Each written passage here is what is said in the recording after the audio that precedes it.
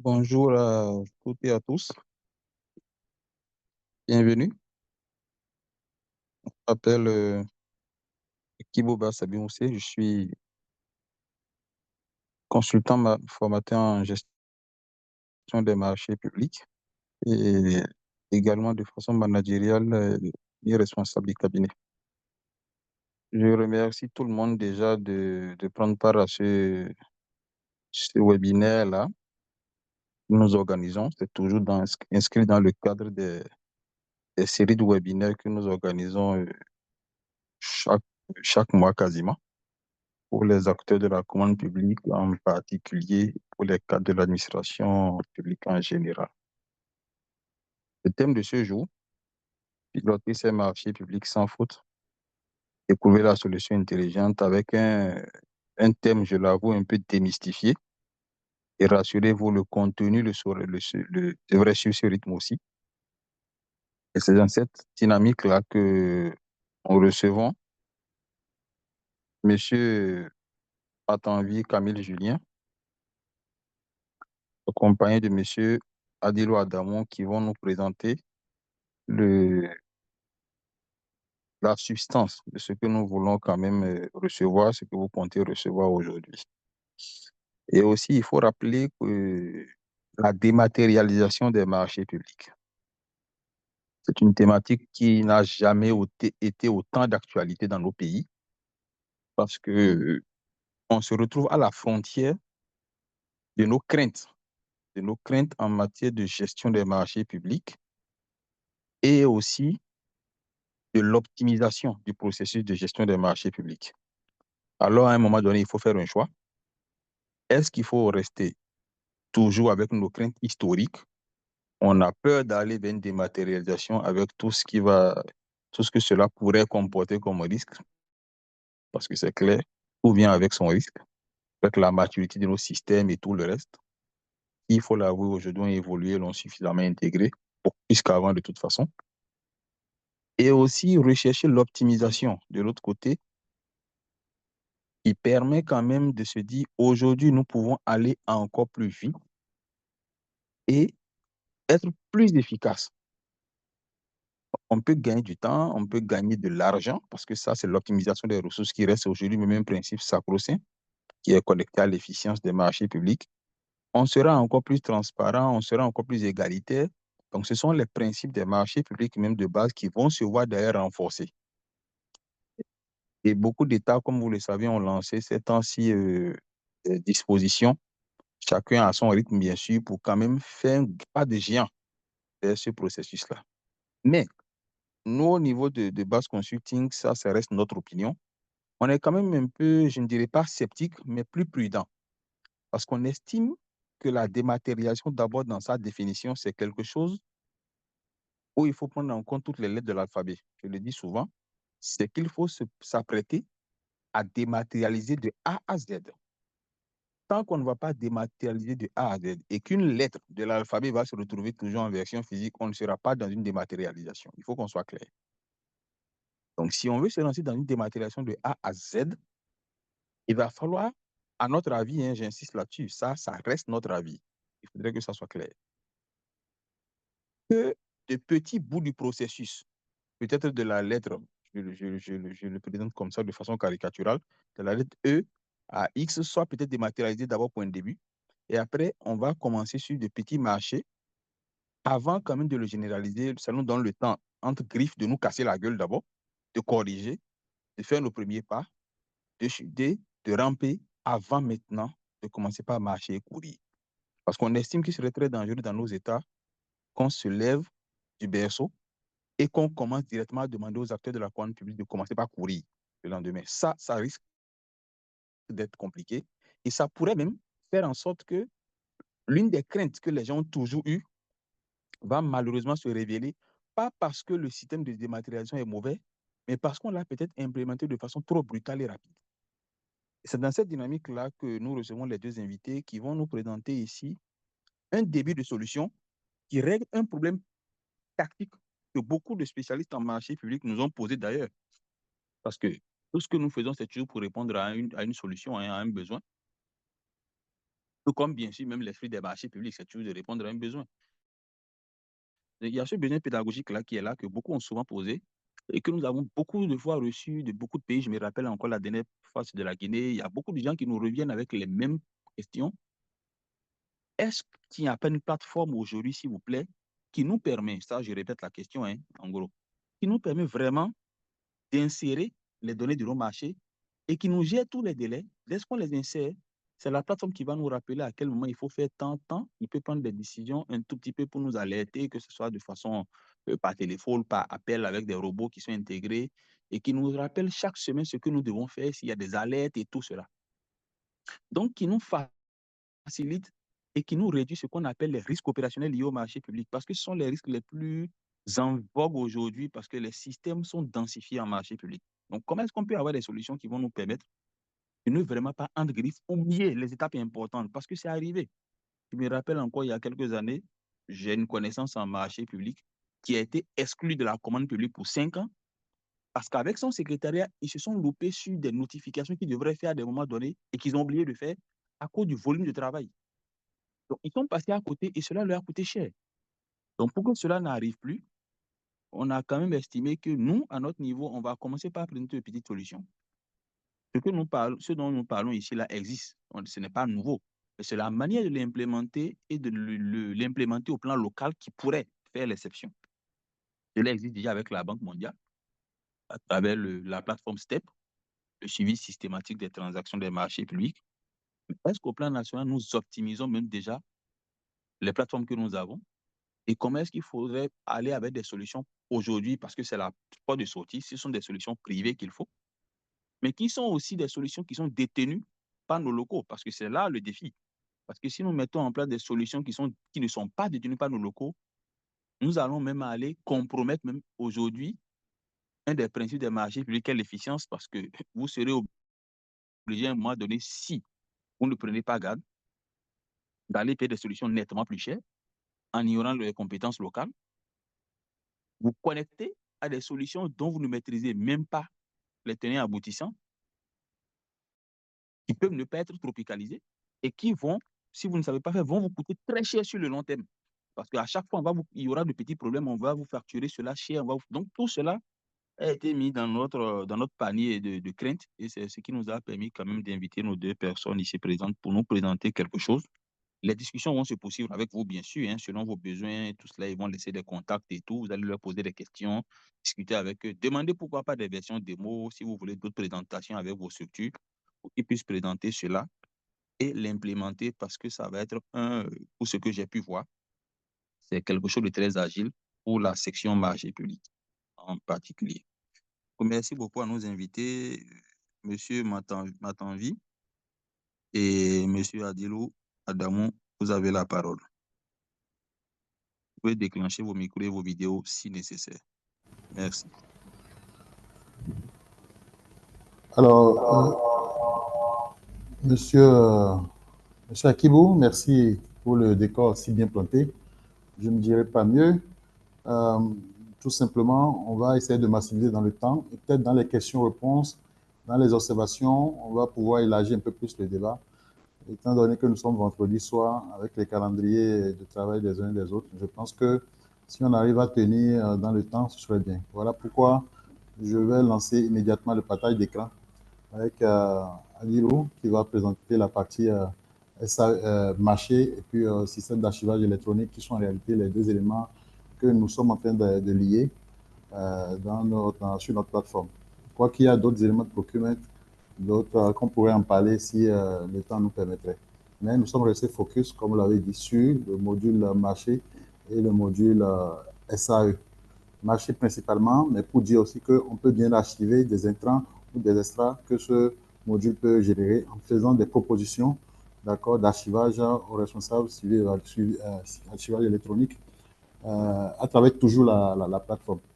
Alors donc, sans plus tarder, je dirais à Adil n'a qu'à partager son écran et commencer la présentation. Allez, merci. D'accord, bonjour à tous et merci. Je vais activer voilà, ma vidéo pour qu'on puisse voir au moins qui est derrière Adilo Adamou. et couper pour commencer la présentation pour ne pas vous déranger aussi. Donc, voilà.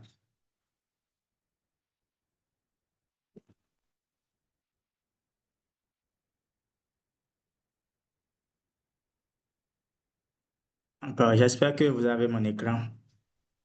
Moi, je l'ai. Là, nous sommes sur Oui. l'application. Vous allez constater que c'est une application qui est accessible via le web. C'est-à-dire là où vous êtes tout à l'heure, vous pouvez prendre votre téléphone, taper le lien, vous allez accéder à l'application. Donc, vous n'êtes pas tenu d'être forcément avec votre ordinateur et pour pouvoir utiliser l'application. Elle est accessible de partout.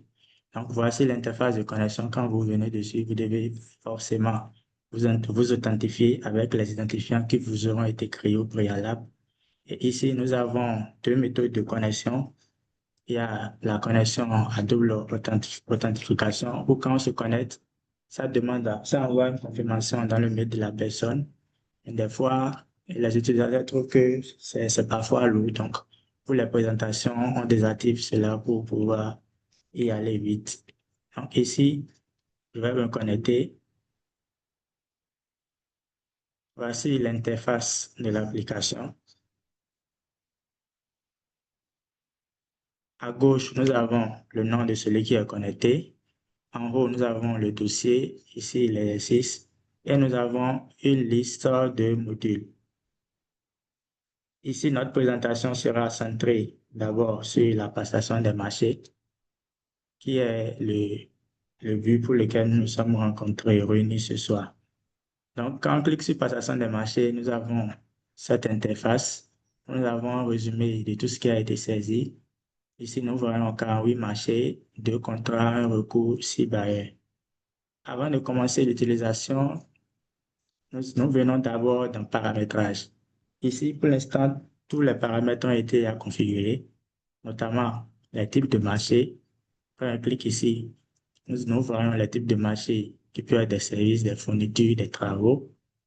Nous avons également des méthodes de passation, les versions de plan de passation de marché, les étapes de passation du marché.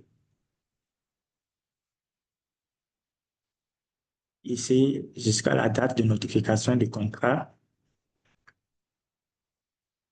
Comme je le disais plus tôt, les versions de PPM qu'on peut créer et ajouter autant que nous voulons. Ici, les modèles de passation. C'est là-dedans qu'on regroupe toutes les passations, qu'on regroupe toutes les étapes de passation du marché. Quand je fais par exemple modifier, nous allons constater que ici, nous avons 13 étapes qui sont reliées à ce modèle-là de passation. Ce modèle qu'on relie en fait au marché lorsqu'on veut l'ajouter dans le système. On revient dans les paramètres. Comme je le disais, nous avons également les bailleurs où on peut avoir plusieurs bailleurs puisque c'est multi-bailleurs. Nous avons également les types, les points d'étape, les délais, les dates d'élaboration, les délais de réalisation et tout qu'on peut configurer ici. Et une fois que cette configuration est terminée, nous pouvons venir dans le menu marché où nous pouvons soit importer des marchés parce que nous élaborons des PPM par année, il peut y avoir jusqu'à 100 marchés. Au lieu de saisir un à un chaque marché, nous avons proposé ici une méthode d'importation des marchés en une fois. Donc, ici, voici un instant, je vais vous partager mon écran pour que vous puissiez voir le fichier.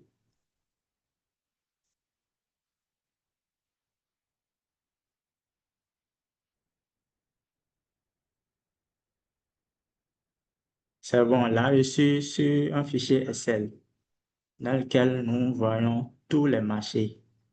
par exemple, d'un ppm donné. On l'a à l'écran, je vous confie. OK.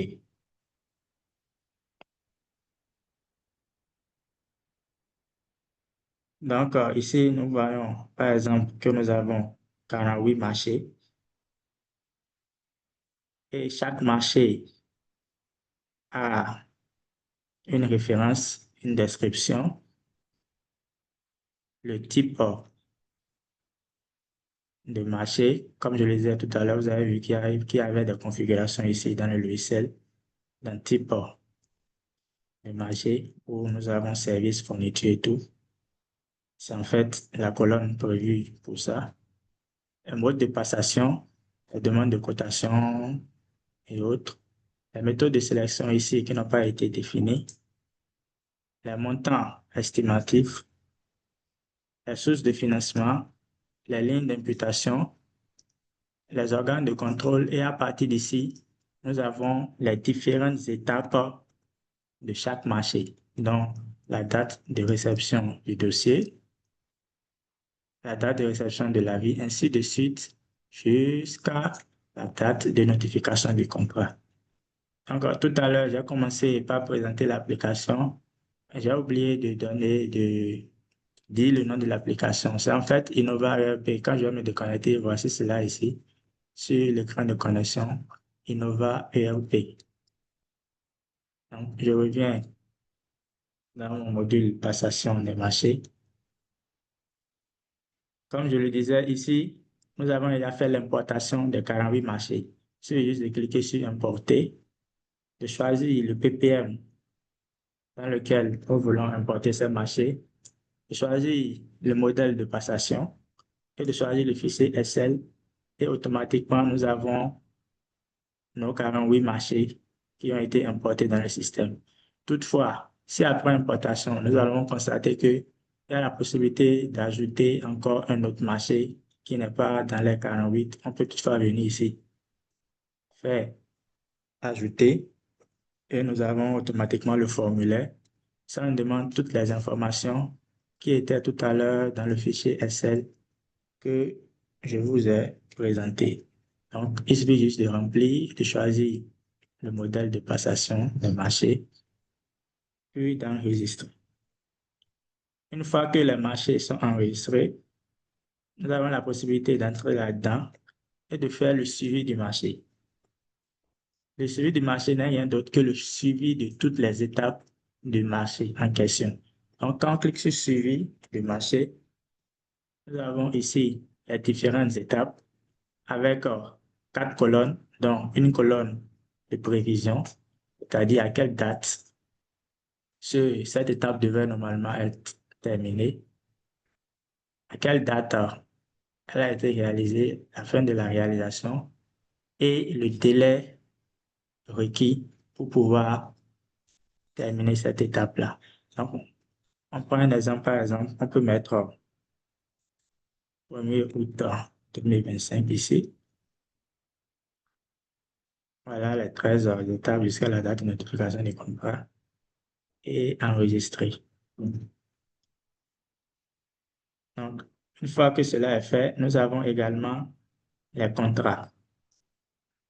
Ici, une fois que le marché est enregistré et qu'on est à l'étape du contrat, on peut venir ici ajouter un contrat. Quand on fait ajouter, on choisit le marché en question, on choisit le fichier PDF du contrat qui aura été scanné. Et je rappelle que tous les fichiers qui sont rattachés ici sont proposés automatiquement en archivage électronique dans notre module de suivi et dans notre module d'archivage. C'est ce qui fait la particularité en fait de notre module de passation des marchés, puisqu'il y a la passation des marchés produit beaucoup de données, beaucoup de fichiers. Et ensuite, l'archivage devient compliqué par la suite. Donc, ici, nous avons pensé à faciliter la tâche aux acteurs pour une fois que le fichier est rattaché ici, automatiquement, l'archivage récupère ça et tout le monde est à l'aise. Donc, voici ici le formulaire d'ajout d'un contrat. On a eu à ajouter quelques contrats ici avec les montants et les prestataires. On peut cliquer dessus, entrer là-dedans. On voit le récapitulatif. On voit les étapes du contrat. Vous savez que tout contrat a toujours des étapes, la réunion de cadrage, le développement, pardon, la réception, ainsi de suite. Donc, on peut ajouter autant d'étapes ici et suivre chaque étape. Vous allez voir ici, par exemple, réunion de cadrage. La date de fin prévue est le 30 mai, mais on a fini réellement le 5 août. Et ça nous met automatiquement l'observation, ce n'est pas nous qui sélectionnons l'observation, que ça a été exécuté en retard de 67 jours. Et ici, la deuxième étape, où on voit la date de fin qui est prévue normalement hier, et qui n'a pas été terminée, ça nous dit comme observation que cette étape est en retard d'une journée. Nous pouvons également faire des avenants au contrat et faire des décaissements. Tout cela est enregistré et des états sont sortis pour toute fin utile. Une fois que les contrats sont saisis avec les étapes, automatiquement, quand nous venons dans notification, ici, nous avons plusieurs notifications, dont les contrats en retard, les contrats dont la date de fin est imminente, les étapes de contrat maintenant qui sont en retard et les étapes dont la date de fin est imminente. Vous allez constater que tout à l'heure, quand j'étais dans le contrat, à ce niveau, ça m'a dit ici que ce contrat est en retard d'une journée. Quand je viens dans la notification, ça c'est ça ici, l'étape développement de la plateforme du contrat du marché est en retard d'une journée. À part ces notifications, nous avons également la possibilité de recevoir ces notifications ici par mail. Quand on clique recevoir des mails, je vais vous montrer un exemple de mail qu'on peut recevoir. Voici ici un mail que ça renvoie, où ça nous salue, ça dit bonjour l'utilisateur en question. Nous vous informons que certaines étapes liées à vos contrats sont en retard. Vous allez trouver ci-dessous la liste détaillée des étapes concernées. Ça nous met les étapes ici. Ce n'est qu'un seul contrat qui est concerné. Donc, ça met le numéro du contrat, ça met le titre du marché, les étapes et le statut. C'est en retard de combien de journées. Et nous pouvons cliquer ici directement dans le mail pour retomber sur la plateforme. Encore, je reviens dans les notifications.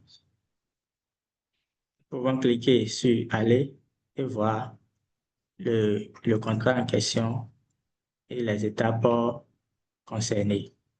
À part cela, nous avons également les recours. Nous pouvons ajouter plusieurs recours au cas où un marché fait l'objet de litige. Ajouter les recours ici et suivre également cela. À la fin, nous avons quelques éditions. Donc, nous pouvons avoir l'évolution des marchés en question, l'évolution des recours, l'évolution des étapes des marchés. Donc, je vais sortir un rapport, par exemple, je choisis le PPM concerné. Je vais avoir un PDF pour afficher à l'écran. Je peux cliquer ici. Voici, par exemple, le PPM 2023 avec les 48 marchés où nous avons chaque étape, les 13 étapes et les dates de chaque. Ici, vous allez constater qu'on a seulement rempli pour 2 marchés. Donc, voici seulement ceux-là qui ont été remplis. La liste est jusqu'en bas. Nous avons les 48 marchés. Nous avons également un point pour les recours.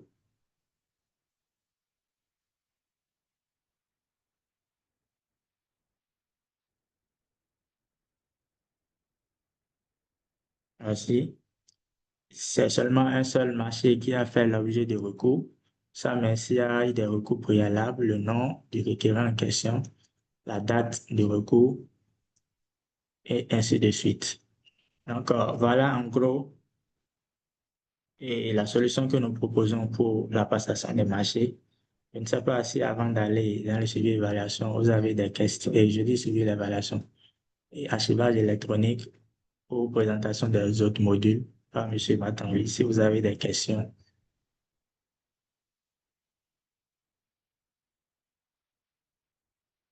Alors, vous me suivez?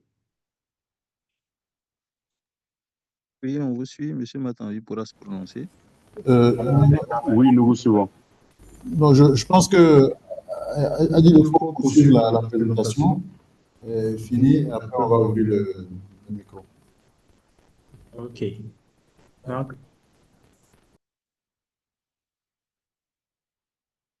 ici, nous avons notre système d'archivage électronique. Je vais me déconnecter.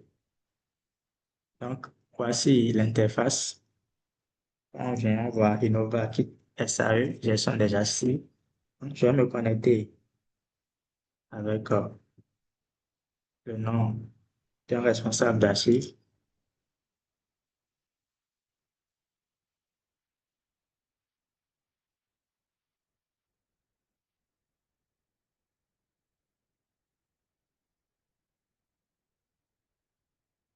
Donc voilà, là je suis connecté. La tâche principale ici, c'est que nous pouvons ajouter des archives ici.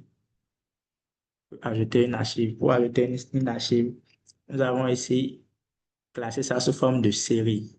Nous avons les grandes séries, ensuite les sous-séries, les catégories de documents, dans quel bâtiment l'archive est rangée, dans quelle salle, dans quelle armoire, dans quel rayon et même dans quelle couche, dans quelle boîte. Ce qui permet en fait, quand nous venons dans la liste, dans notre logiciel et que nous sélectionnons une archive, ça nous dit juste là où l'archive se trouve. On n'a plus besoin de se perdre, d'aller de gauche à droite. Il suffit juste d'aller dans l'armoire en question et d'ouvrir la boîte pour prendre notre document. Donc, voilà, ici, nous pouvons ajouter autant de documents. Choisir le document en question, ajouter autant de métadonnées. On fait entrer, cela prend, on saisit autant, mettre la date de production, ainsi de suite, et ensuite enregistrer l'archive. Donc voilà pour le système d'archivage électronique. Je vais passer la parole à M. Matanvi pour poursuivre.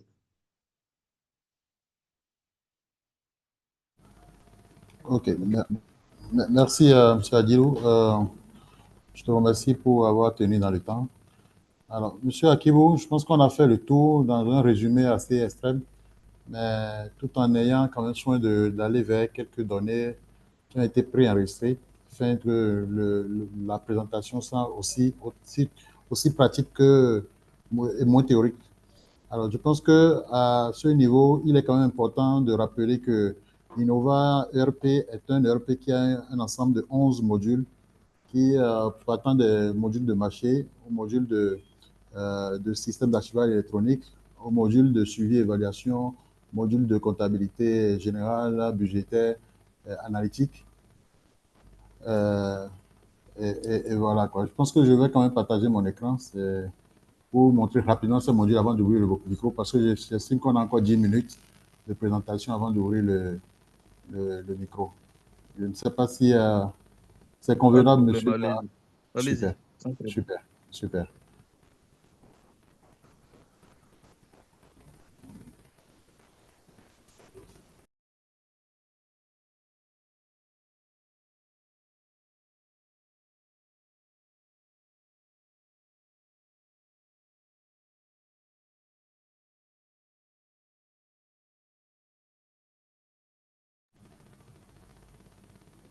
J'espère que tout le monde a mon écran.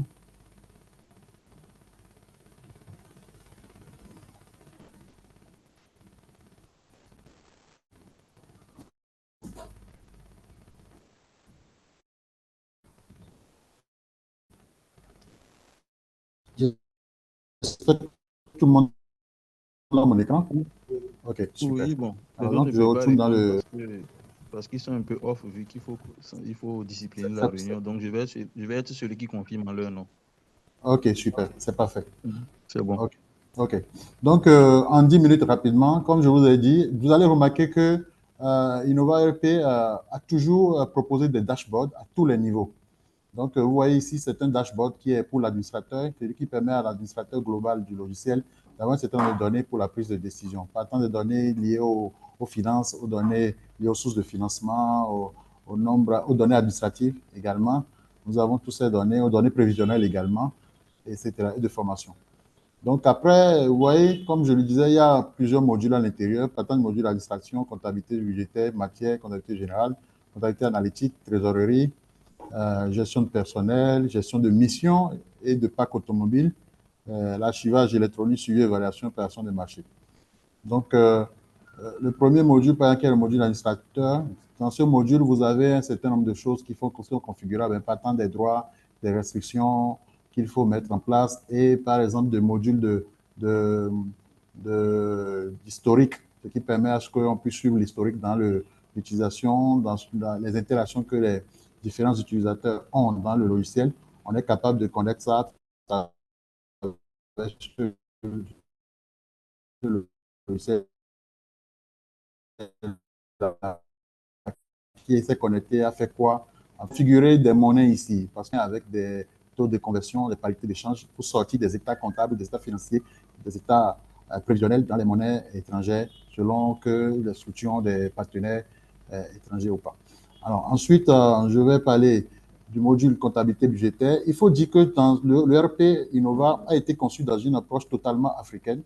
Quand je dis africaine, cela voudrait dire que dans un esprit économique totalement accessible et très, très, très, très convivial.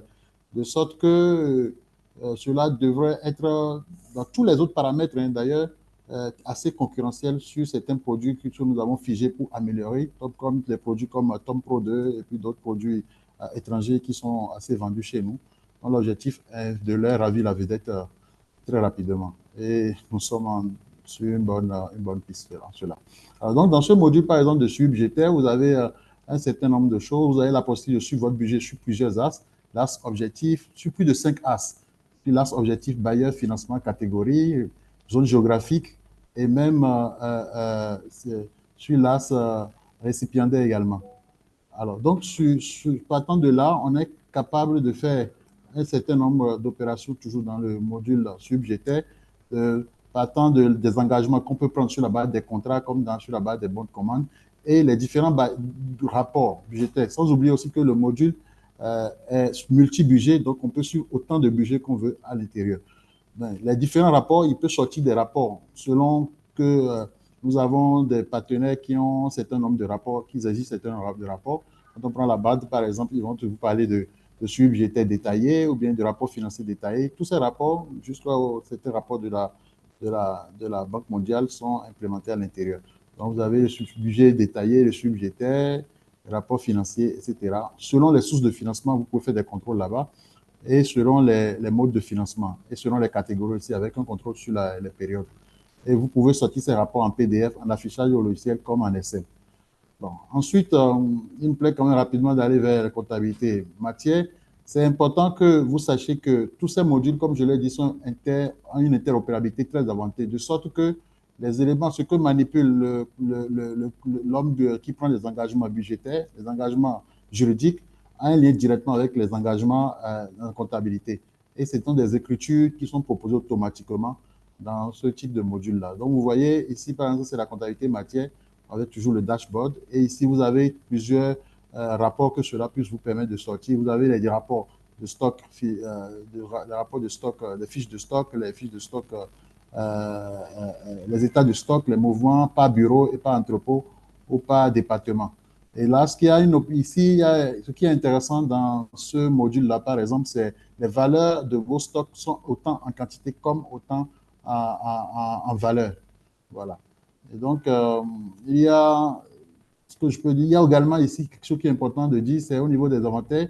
Lorsque vous pouvez vous programmer des inventaires automatiquement, cela permet au logiciel, à travers le code QR qui est souvent généré par le logiciel, de faire avec votre appareil photo, vous pouvez taguer ces codes QR-là et il va décompter automatiquement les différentes immobilisations qui ont été générées par le logiciel et faire une réconciliation avec le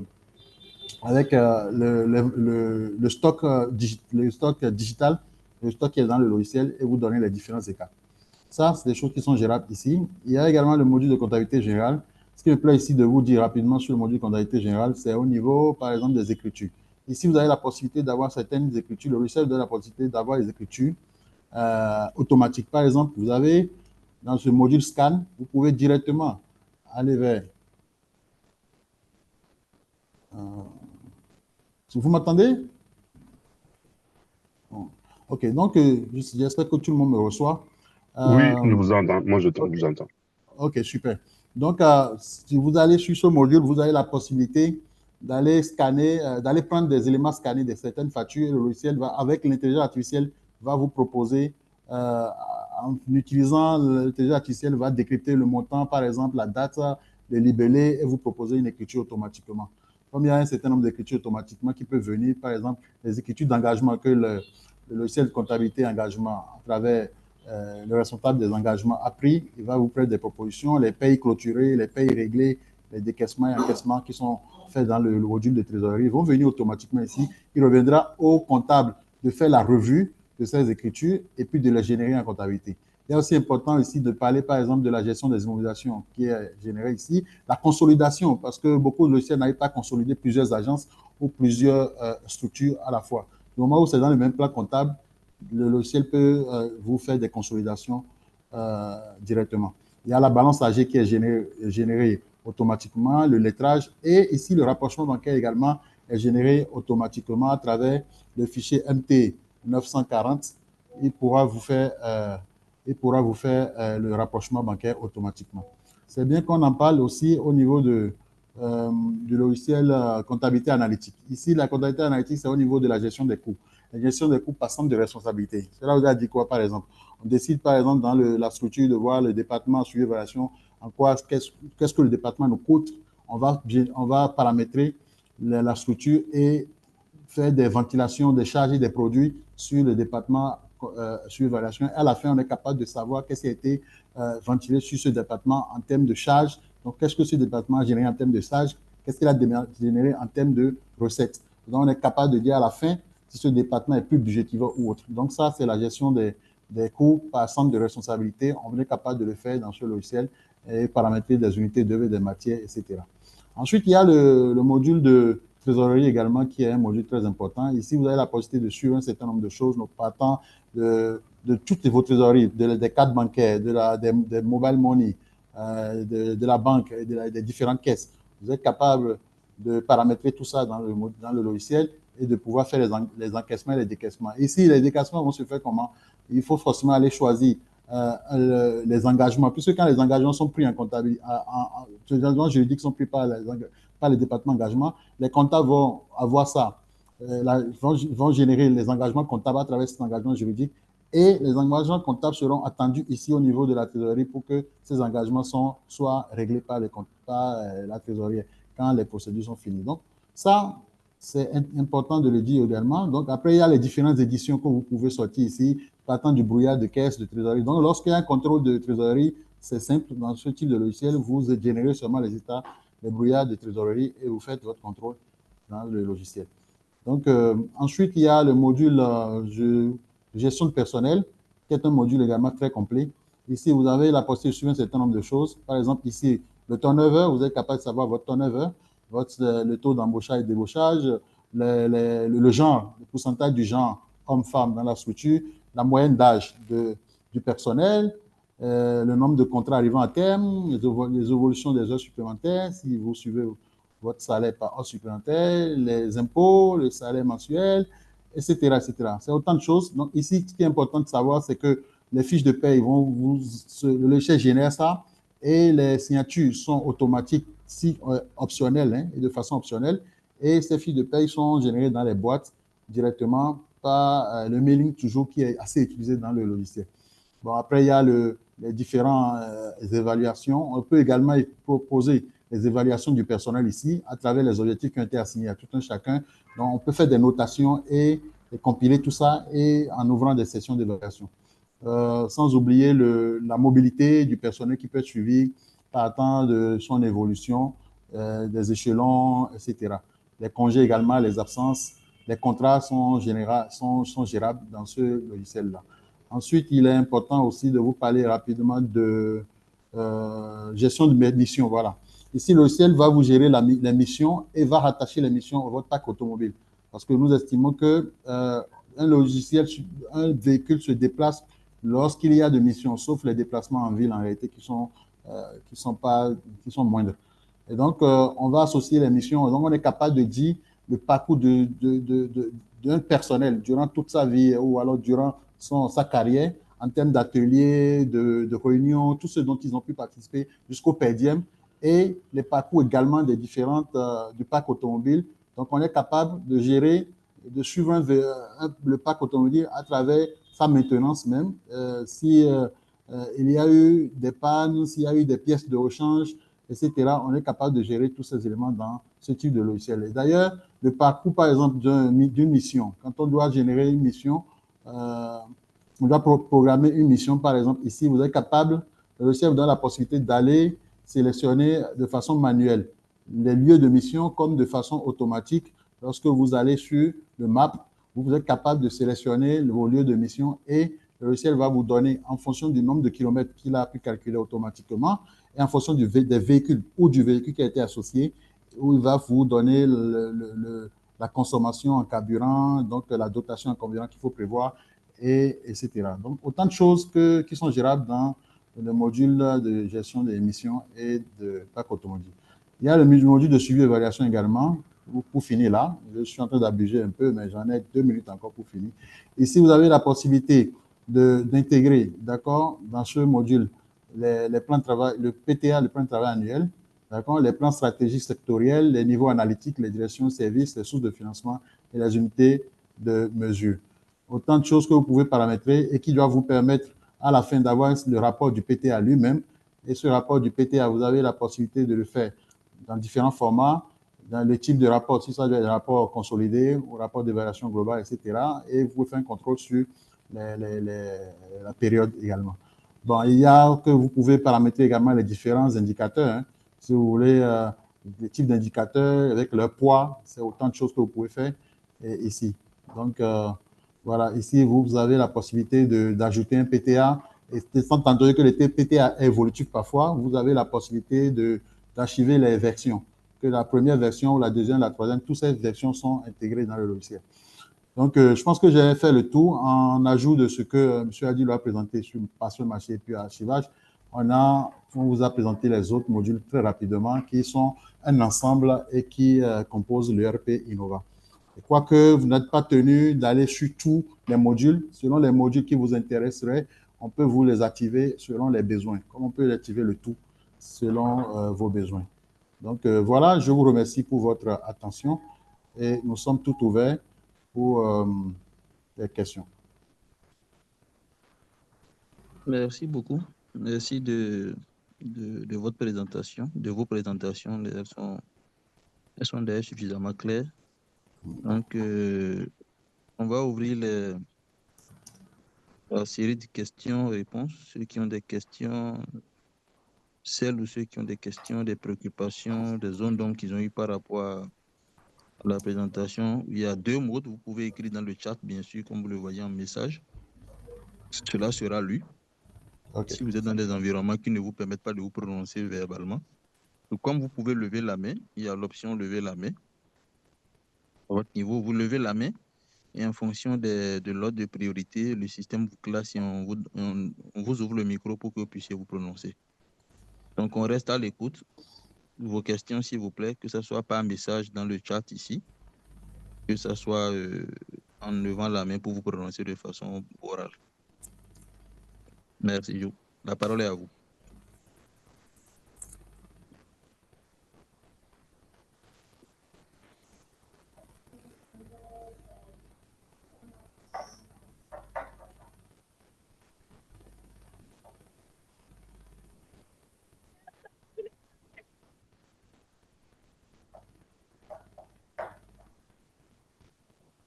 Je suppose que les gens préparent leurs questions parce que pour le moment, je n'ai personne qui lève la main.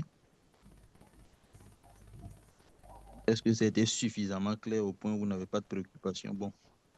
Excusez-moi, désolé, Monsieur moi c'est Kaba. Kaba. Oui, bonjour, monsieur Bassi. Je n'arrive pas à lever la main là. J'ai un petit souci avec mon téléphone. Allez-y, Désolé, vous y donc je êtes suis déjà, abattu. donc on y va. On y va, Ok, allez-y. d'accord. Présentez-vous, votre pays d'origine. Bon, merci beaucoup. Moi, c'est Bintou Kaba, originaire de la Guinée, République de Guinée, actuellement établi au Canada. Je suis fiscaliste et puis nouvellement reconverti en passation des marchés. Donc, d'ailleurs, je poursuis une formation en gouvernance et gestion des marchés publics à programme conjoint Université Laval et puis là. Voilà. Cela étant dit, je vous remercie pour ce brillant exposé et puis j'en profite pour dire félicitations à M. Abbas, M. Bassassi, que je suis voilà, très souvent. Ma question est la suivante. J'en comprends tout à l'heure à travers déjà la prise de parole de M. Bassassi. J'ai cru comprendre, sauf erreur de ma part, corrigez-moi, que on était en train de penser à l'implantation justement on va dire l'intelligence artificielle, c'est-à-dire que l'implantation de la dématérialisation en Afrique, mais de manière graduelle, si j'ai bien compris. Est-ce que cela voudrait donc dire que à partir de cette plateforme-là que je considère comme outil de travail, c'est vraiment de l'intelligence artificielle, je comprends. C'est vrai que je suis certes pour l'application de l'intelligence artificielle, mais pas à tout azimut, parce que pour certaines tâches répétitives, c'est normal, mais que ça ne va pas quand même remplacer l'être humain. Est-ce que cela étant dit, pour tout ce que j'ai compris tout à l'heure là, vouloir dire d'attendre et de faire de manière graduelle, et comment concilier ça avec ce que vous êtes en train de mettre en place. Et j'en conclus tout de suite que moi, de ma compréhension, que si on se sert de ces outils-là, c'est comme si on était tout de suite dans l'application systématique, et puis, je dirais, complètement, quoi. Voilà. On est dans l'implantation totale, si j'ai peut-être pu m'exprimer correctement. Merci. C'est un peu la nuance que j'ai en fait. Parce que je vois en même temps que vous faites la promotion de l'Innova, que je trouve très bien. Même si au Canada, j'en vois plein de choses comme ça.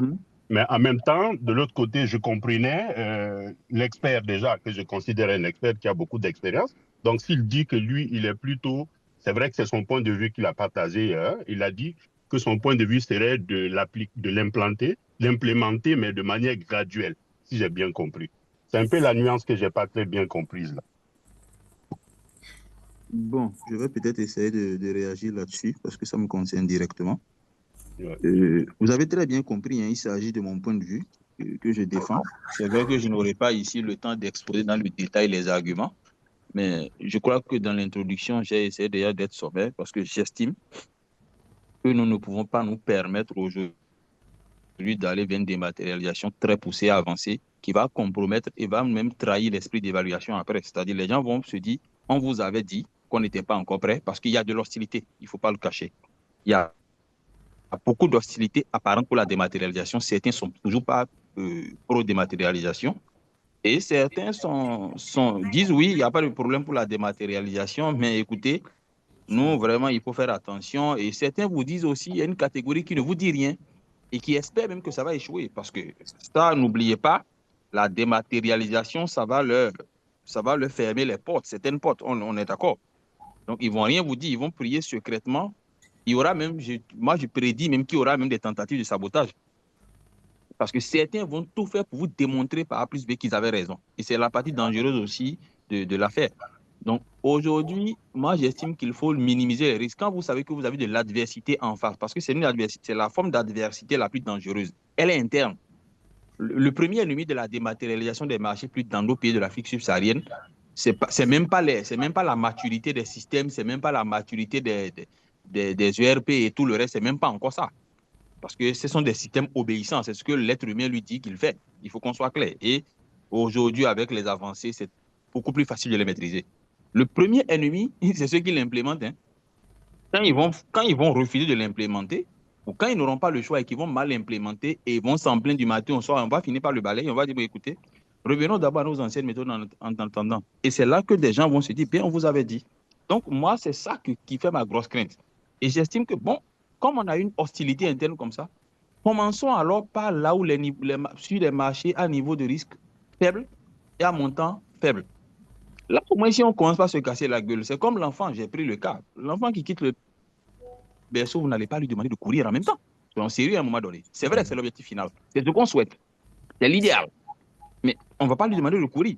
Permettez-lui d'abord de commencer par ramper, de faire des erreurs, d'apprendre, de tomber encore en ce moment, plutôt que ce soit au moment où il se met à courir, qui trébuche à tout moment.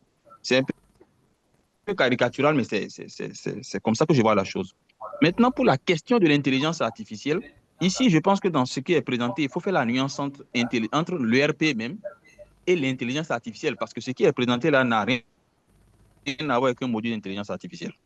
Au niveau de l'ERP qui est présenté ici, il y en a plusieurs d'autres, peut-être dans des pays, il y en a aussi, il y a des privés qui ont des ERP et tout le reste. Mais le caractère ici intégré de l'ERP, c'est son avantage. Parce que même dans les marchés publics, si vous regardez, vous ne pouvez pas gérer les marchés publics uniquement, c'est-à-dire dans votre unité de passation, sans être connecté au département finance qui va faire les paiements, qui va même vous générer des risques de réputation, des risques financiers et tout le reste qui vont avoir des incidences. Ceux qui sont au système, à la DSI, non, trouver quelque chose d'interconnecté, aujourd'hui, c'est le meilleur hommage qu'on puisse rendre même au marché public. Déjà. De l'autre côté, l'ERP, c'est que cette ERP-là, d'abord, même elle est, je ne vais pas dire basique, non, ce n'est pas le mot. Elle est d'abord, je dirais, épurée pour le moment. On peut y connecter l'intelligence artificielle. Ça ne veut pas dire que c'est de l'IA, non. On peut y connecter l'IA comme on peut ne même pas connecter l'IA. On n'est pas obligé. Lorsqu'on estime qu'il l'IA va devenir un élément catalyseur pour certains aspects de l'ERP, on peut les connecter. Et maintenant aussi, il y a deux nuances au niveau de cette intelligence artificielle-là dont on parle ici. Il y a il faut qu'on comprenne qu'il y a des intelligences artificielles basiques, c'est-à-dire celles qui sont génératives ou interactives, ou ça sont des IA basiques. On ne va pas avoir affaire probablement à ça. Il faut développer des modèles d'IA qui sont entraînés, parce ce qu'il ne faut pas oublier au niveau des craintes même de l'IA, les gens créent l'IA, pourquoi? Parce qu'ils estiment qu'ils n'ont pas le contrôle sur ça, parce que ça vient des autres. Aujourd'hui, qu'est-ce qui nous empêche, nous-mêmes au plan national, de développer nos modules d'IA basés par exemple sur ChatGPT? C'est bel et bien possible. Nous, au niveau de base consulting, on est en train de travailler là-dessus. Mais le problème, c'est que l'IA ne se nourrit que de données. Il faut qu'on soit clair. L'IA lui-même, là, il ne peut rien faire. Comme on le dit en français facile chez les Ivoiriens, il ne peut rien faire. Mais quelles données vous lui permettez d'utiliser pour travailler? Et c'est là que le travail va se faire, le nœud va se faire. Si on permet à l'IA d'aller dans tous les sens, c'est là que ça va aller aussi dans tous les sens. Donc, il faut suffisamment qu'on travaille pour cadrer l'IA, pour lui dire, voilà ce que tu peux faire, voilà ce que tu ne peux jamais faire, voilà là où tu peux t'abreuver, voilà où tu ne peux pas t'abreuver. Et ça, on peut le connecter maintenant à une ERP, il n'y a pas de problème. Cette ERP-là, par exemple, ce qu'ils ont présenté ne prend pas quelque chose de A à Z. Attention, ils ont présenté une approche verticale, mais ce n'est pas une approche horizontale qu'ils ont présentée.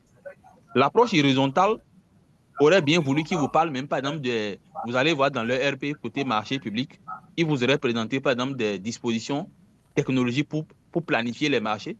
Vous aurez même eu d'abord même les fiches d'expression de besoins digitalisés, comment est-ce qu'on fait les quartiers techniques, comment est-ce qu'on monte les DAO de façon dématérialisée. Ils vous auraient fait tout ça dès le début. Mais vous avez vu qu'ils sont restés beaucoup plus dans le suivi des marchés. Donc, c'est une portion de la dématérialisation. C'est ce que je disais au début. Ce n'est pas toute la dématérialisation. Parce que beaucoup se trompent et pensent que quand on dit suivi des marchés publics dématérialisés, c'est fini, ils ont dématérialisé les marchés publics. Ce n'est pas vrai. Ce n'est qu'une portion. Il faut dématérialiser de A à Z, je l'ai dit. Donc, c'est la nuance que je tiens à rappeler ici. Et je suppose, je vais même l'espérer, que M. Matanvi soit d'accord avec moi. Merci. M. Bassavi, je m'allie 100%, je suis d'accord avec vous. Je ne pourrais pas dire mieux.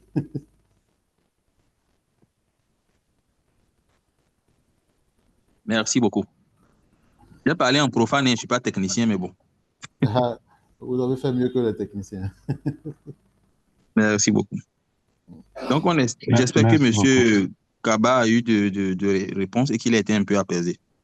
Oui, j'ai été apaisé parce que j'avais commencé à justement pousser de la crainte quant au champ quand même. Parce que je me disais, est-ce que ça n'est pas en train de réduire, je ne dirais pas drastiquement, peut-être le champ d'intervention même des experts?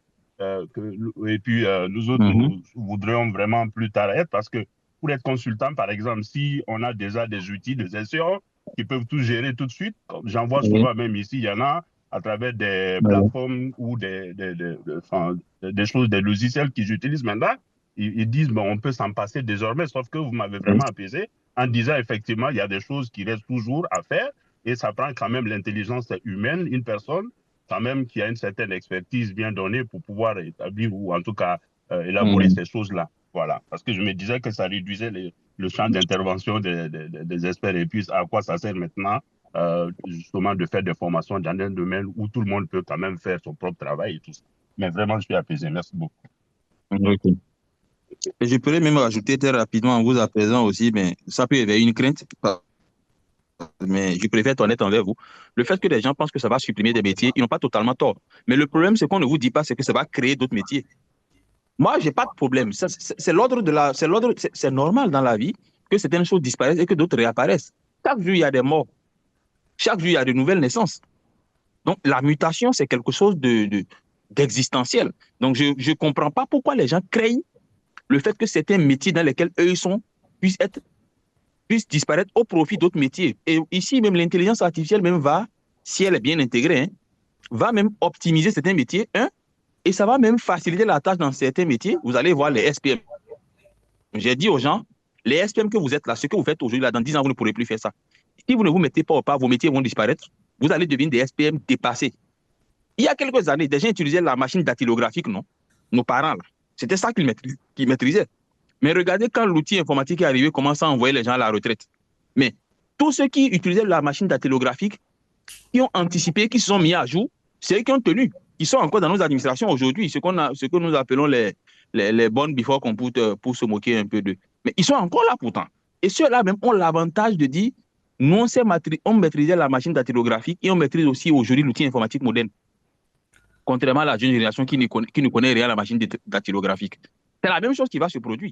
Il faut qu'on soit clair. Donc, ceux qui vont s'en sortir, c'est ceux qui vont se préparer et comprendre. Même moi qui suis aujourd'hui consultant marché public, j'ai dit aux gens, dans quelques années, mon métier risque de disparaître.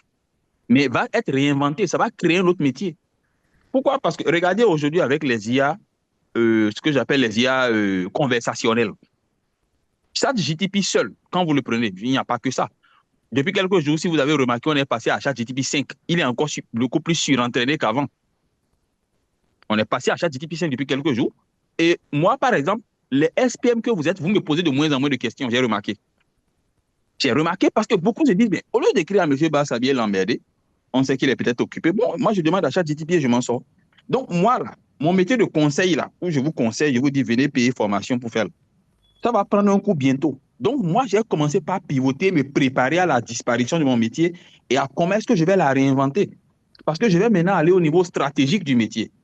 Donc, ça ne va pas disparaître. Il ne faut pas avoir de crainte. Que vous ayez de crainte ou pas, ce qui va se passer, va se passer. Il n'y a rien à faire, on est déjà dedans. Donc, chacun n'a juste qu'à s'adapter, à se dire, mon métier là, comment est-ce que l'IA va optimiser ça et comment est-ce que je garde le contrôle et comment est-ce que je pivote. Ça va créer de nouveaux métiers. Les SPM que vous êtes là, vous serez bientôt dans le stratégique. Vous n'allez plus avoir une PRNP qui sera en train de courir pour lancer marché, aller en salle d'évaluation, aller dire je vais faire ouverture. Il n'y aura plus ça. Ça va disparaître. Donc, clair, ça va disparaître. Mais cette même PRNP-là ne disparaît pas. Sa fonction de PRNP ne disparaît pas, mais son cahier de charge va être réaménagé parce qu'il sera dans le stratégique, dans le niveau stratégique du métier. Ce qui n'arrive même pas à faire. Regardez aujourd'hui les PRNP, ils sont dans le tactique du matin au soir. Or, PRNP, c'est un manager. Ils ont des assistants, ils ont tout, mais ils passent le temps à courir du matin au soir entre réunions, dossier ici, telle erreur ici, telle correction ici, il y a tel recours ici. Ils sont dans du tactique. Donc, l'IA, si elle est bien implémentée, va leur permettre maintenant de souffler et d'aller maintenant vers le stratégique. Et c'est là qu'on aura maintenant des managers vraiment, de vrais managers. Mais attention, ceux qui vont rester collés aux anciennes habitudes, c'est eux qui vont souffrir et vont quitter le métier. Il faut qu'on soit clair aussi. Donc, voilà un peu ce que je voulais ajouter, monsieur Kaba.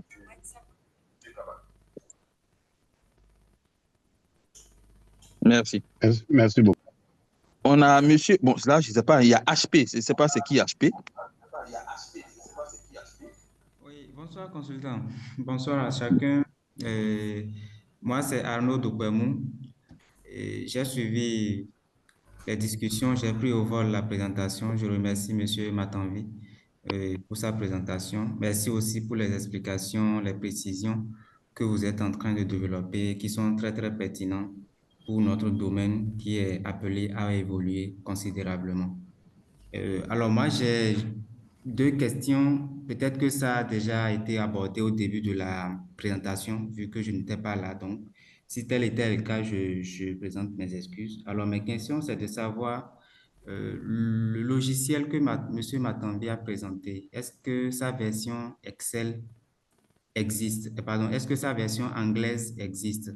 Ou bien est-ce que le logiciel est uniquement en français? Et ma deuxième question, c'est de savoir s'il y a un module de gestion de stock dans le logiciel. Je vous remercie. Merci, Monsieur Arnaud Dobenou. Bien sûr, le logiciel a une version anglaise, puisqu'on était en train de s'adresser à des Français, à des francophones. Voilà pourquoi nous sommes restés, on n'en a même pas parlé. Toutefois, le module de comptabilité matière existe bien. Je l'ai présenté rapidement, certainement avant votre connexion. On n'aura pas le temps de revenir là-dessus, mais je pourrais, si on prend en tâche avec vous faire une présentation ou dédier une équipe qui peut vous faire une présentation approfondie de ce module-là, si vous voulez. Ok, je vous remercie. Merci, M. Dobenou.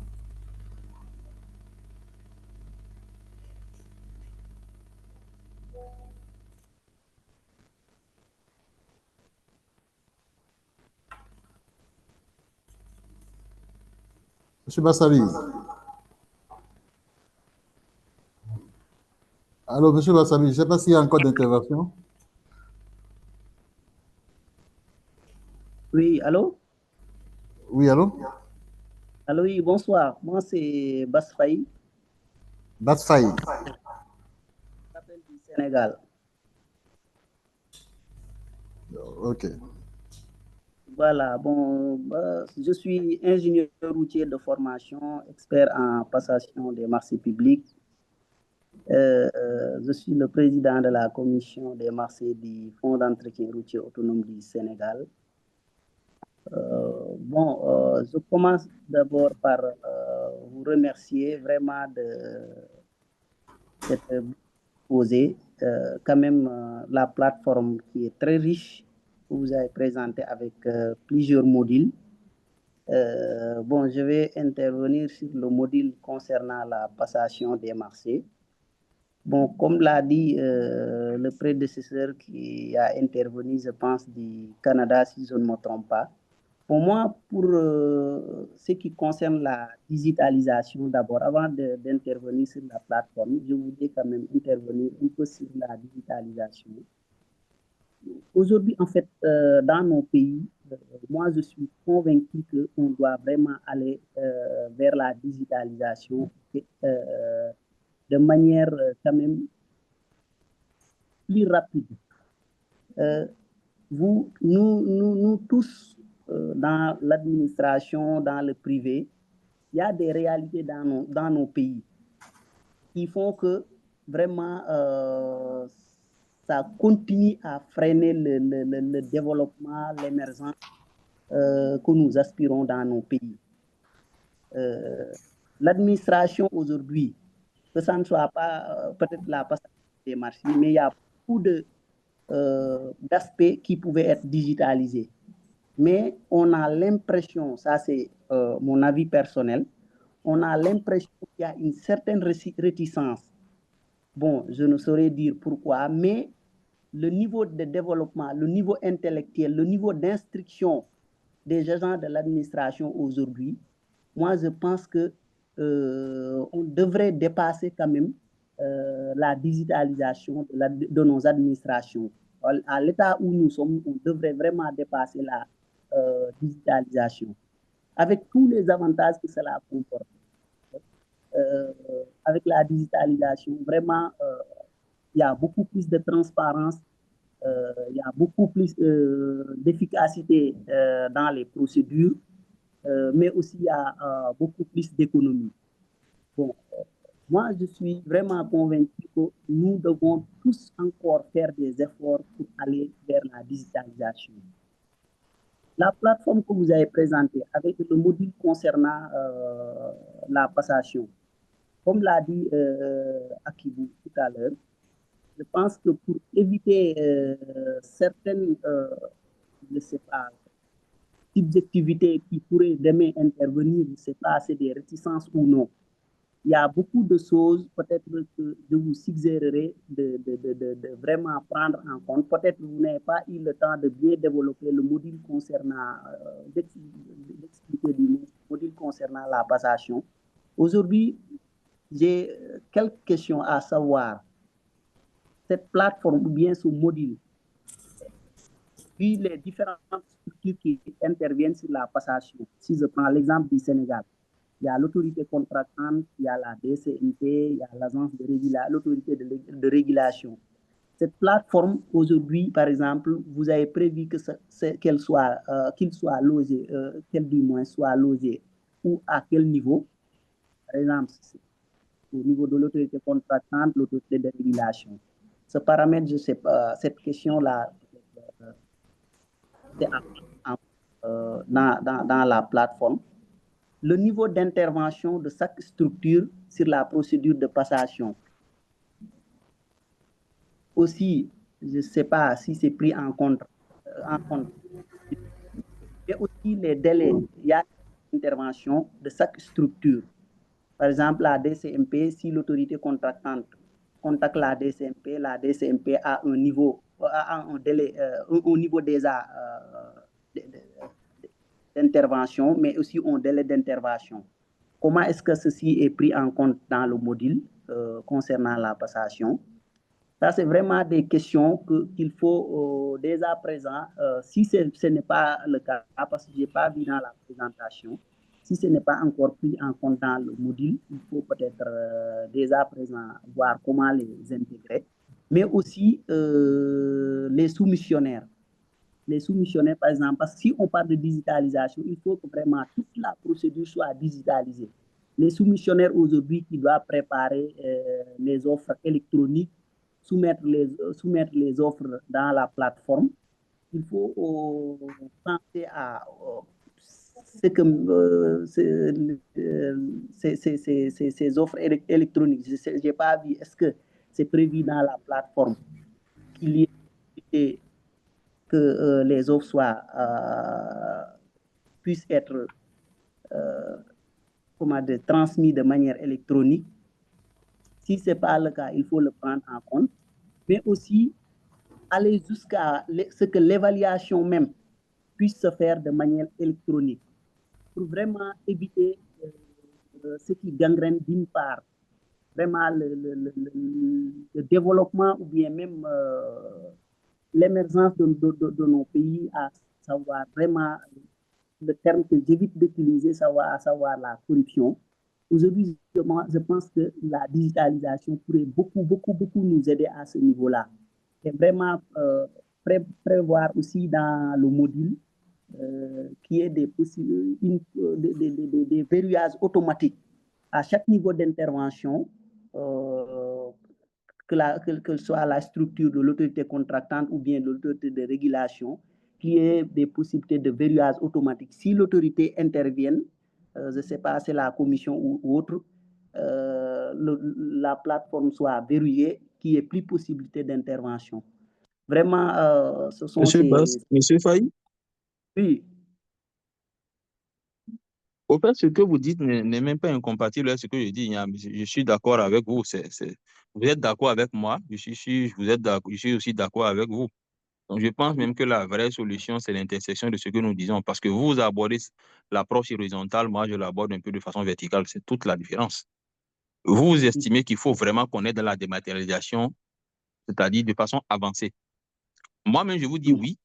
Mais le problème, c'est qu'il faut le faire d'abord. Il ne faut pas le faire au début sur les appels d'offres, par exemple. C'est la différence avec ce que moi je dis. Moi, je dis qu'il faut, par exemple, le tester d'abord sur les marchés de dispense et peut-être, à la limite, des marchés à procédure simplifiée, demande de cotation, DRP ou DP selon les cas.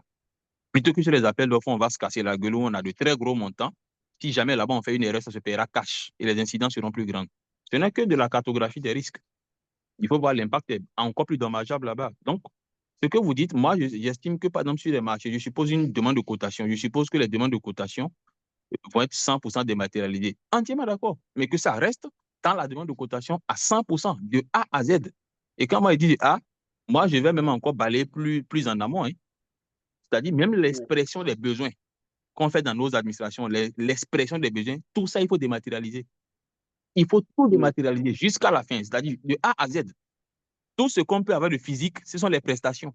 Même le contrôle des marchés publics aujourd'hui peut être dématérialisé. L'audit peut être dématérialisé. Il y a même des risques. C'est prouvé. Il n'y a même pas de débat autour de ça. Ça, c'est même pas un débat qu'il faut faire. Maintenant, le problème, je répète encore, il ne faut pas demander à l'enfant de sortir du berceau et de commencer par courir. Permettez qu'on fasse d'abord ça au niveau, au moment où il est en train de ramper. Et quand il va finir, on va faire ça au moment où il va faire ses premiers pas progressivement. Mais si on tente, parce qu'on est pressé, on risque d'avoir une certaine boulimie. On peut bien et bien dématérialiser à 100%, mais sur des marchés à un montant faible et à un niveau de risque faible. C'est la seule différence sur laquelle moi j'insiste. Donc, entièrement d'accord avec vous, tout comme vous êtes d'accord avec moi.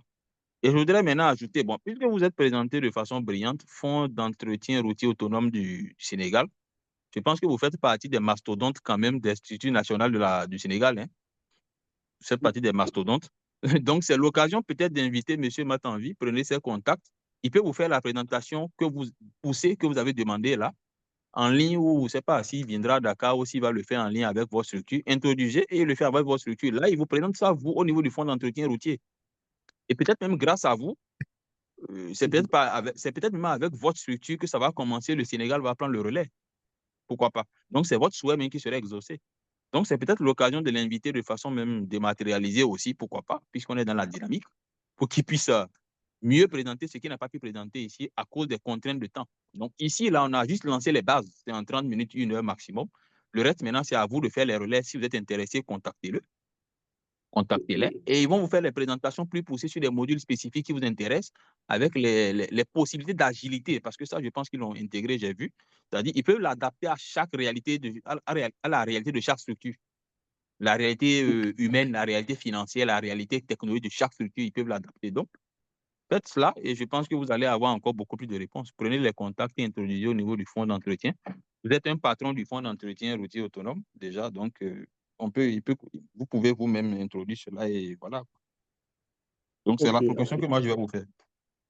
Non, non, c'est bien noté. Hein. Je pense qu'on se connaît bien, non? Je pense qu'on se connaît. Monsieur, c'est vous que j'ai rencontré à Dakar récemment. Oui, on s'est rencontrés. Voilà. Donc, voilà. J'ai assisté à la fois.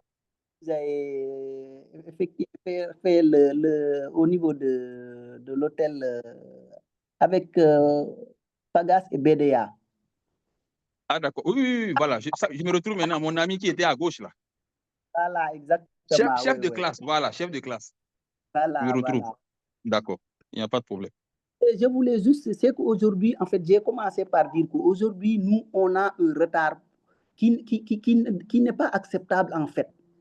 Parce oui, que, monsieur Faye, ce n'est pas parce que, si vous avez faim, imaginez que depuis le matin, vous n'avez pas mangé.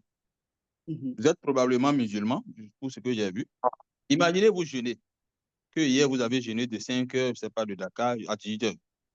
Et qu'à l'heure de la rupture, vous permettez de prendre un mets très lourd pour rompre le jeûne.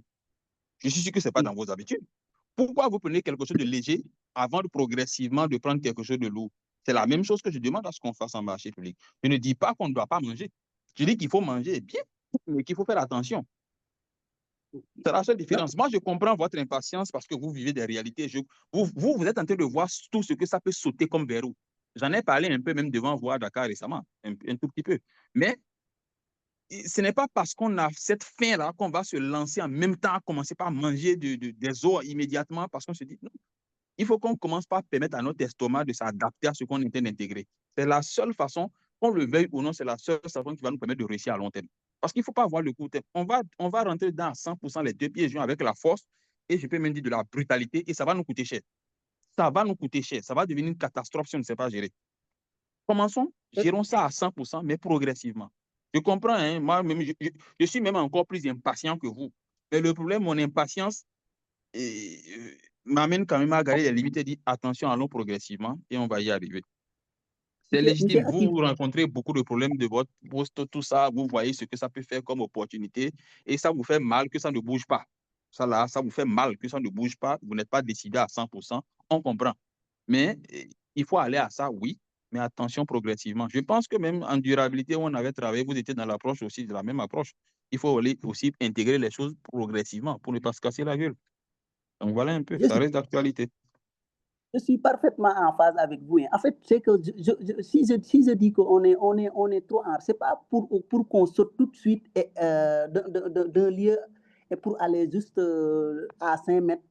C'est pas ça. En fait, je me suis dit aujourd'hui, le niveau d'intellectuel, le niveau d'instruction sur le plan informatique que nous avons dans nos pays, Oui. ça, en fait, et le niveau de digitalisation de nos administrations, en fait, ça ne s'explique pas. C'est comme s'il y a une Oui. réticence. Et aujourd'hui, C'est pourquoi je vous parle de frustration. Je suis d'accord avec vous. Au fait, vous voyez ce qu'on est capable de faire et ce qu'on Oui. fait actuellement et la situation actuelle, et ça vous frustre. Vous voyez le fossé.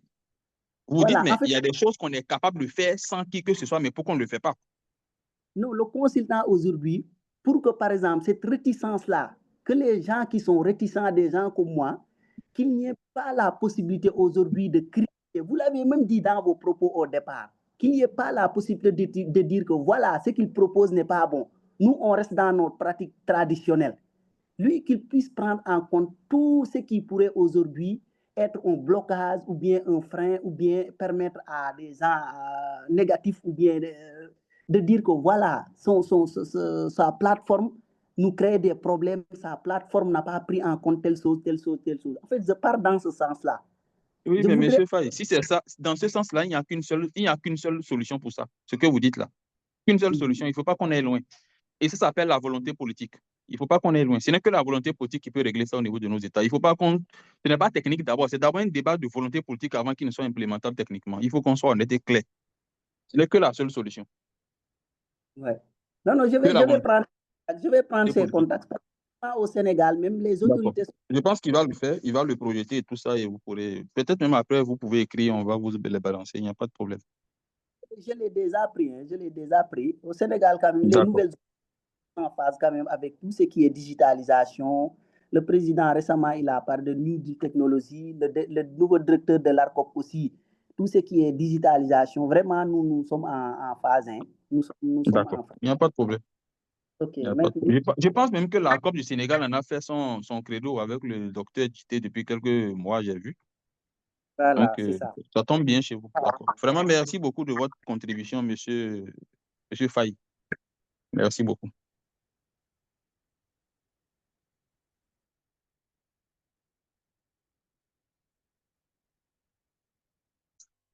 Bon, monsieur Matanvi, je pense qu'on vous a un peu entre griffes, comme on dit, pour sécurité, on a pris les devants, mais bon. Les questions étaient beaucoup plus pédagogiques que techniques, donc ça va. Ouais, je vois. Bon, ce que je voulais aussi, il est important quand même que je laisse un petit mot par rapport à tout ce que M. Faye a dit. Il a parlé de niveau d'intervention de chaque structure. Alors, ce qu'on n'a pas dit, c'est que il y a un module administration où on peut paramétrer les différents droits selon les restrictions et les rôles que chacun joue dans le module. S'il est dit que le DCMP ou d'autres personnes ont des rôles à jouer dans ce que nous avons, ce qui est pris en compte dans le logiciel, il suffit de leur implémenter des droits et ils joueront ce rôle-là. Donc, c'est clair. Donc, les paramètres d'administration, quoi. Voilà, les paramètres d'administration existent. Et donc, on peut faire tout ce qu'on veut là-bas. Donc, après, il y a la digitalisation en elle-même qui a fait un long débat. On a parlé beaucoup ici. Mais nous, on a été un peu avant-gardistes. Je crois qu'on n'avait pas encore la clientèle, la cible pour ça, mais on savait qu'à un moment donné, les États devaient passer au niveau de la digitalisation globale. Voilà pourquoi on avait commencé déjà par implémenter cela. Et aujourd'hui, nous, on a quand même un niveau d'écriture de 70% de toute la digitalisation, ne serait-ce que sur la chaîne des demandes de cotation. Mais il va falloir que ceci relève de la volonté politique. Il va falloir que les États nous invitent, on peut présenter, et puis s'il plaît, on peut améliorer. Et voilà. Donc, ça, c'est déjà quelque chose qui existe, mais ce n'est pas un truc pour toute la clientèle, quoi. Mais c'est quelque chose que nous avons. Le jour Merci beaucoup. où l'opportunité se présentera, on va pouvoir présenter ça pour que cela puisse faire l'objet d'une décision politique. Merci beaucoup. Donc, je vais vous dire merci. Il n'y a plus de questions. Et il y a beaucoup qui nous ont écrit qui ne pouvaient pas être connectés.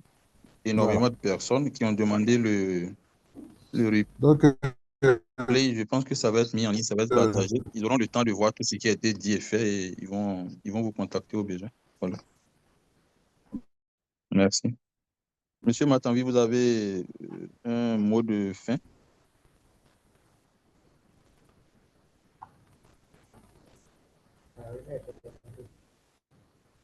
Monsieur Matanvi, vous avez un mot de fin?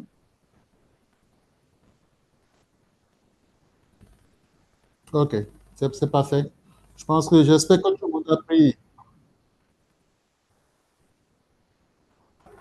Mon mot de fin, c'est d'abord de vous remercier, Monsieur Bassali,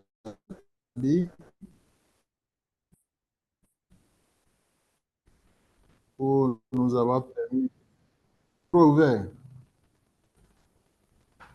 Je ne sais pas si vous me recevez. Bon, Ouais, c'est un ça, c'est sa peu connexion. haché, saccadé, là, c'est la connexion. C'est bon, vous C'est me un peu recevez? saccadé vers ici. C'est bon maintenant, allez-y, allez-y. Ok, Ah oui, c'est c'est parfait. bon. Super.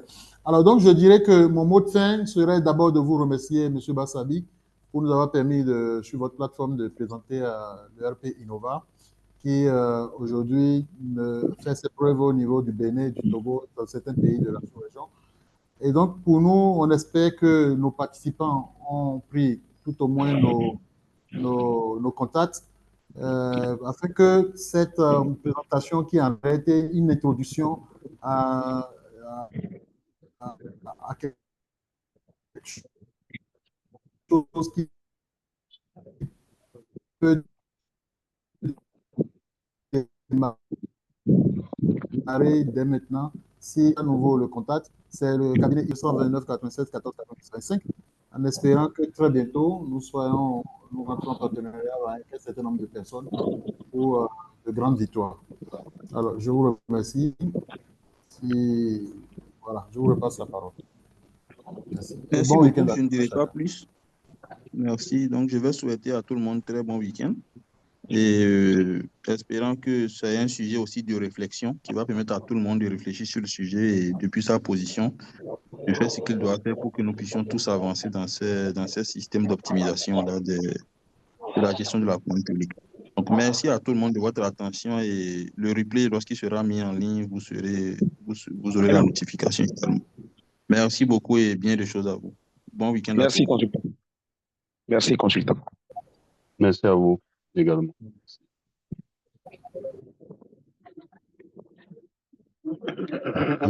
Et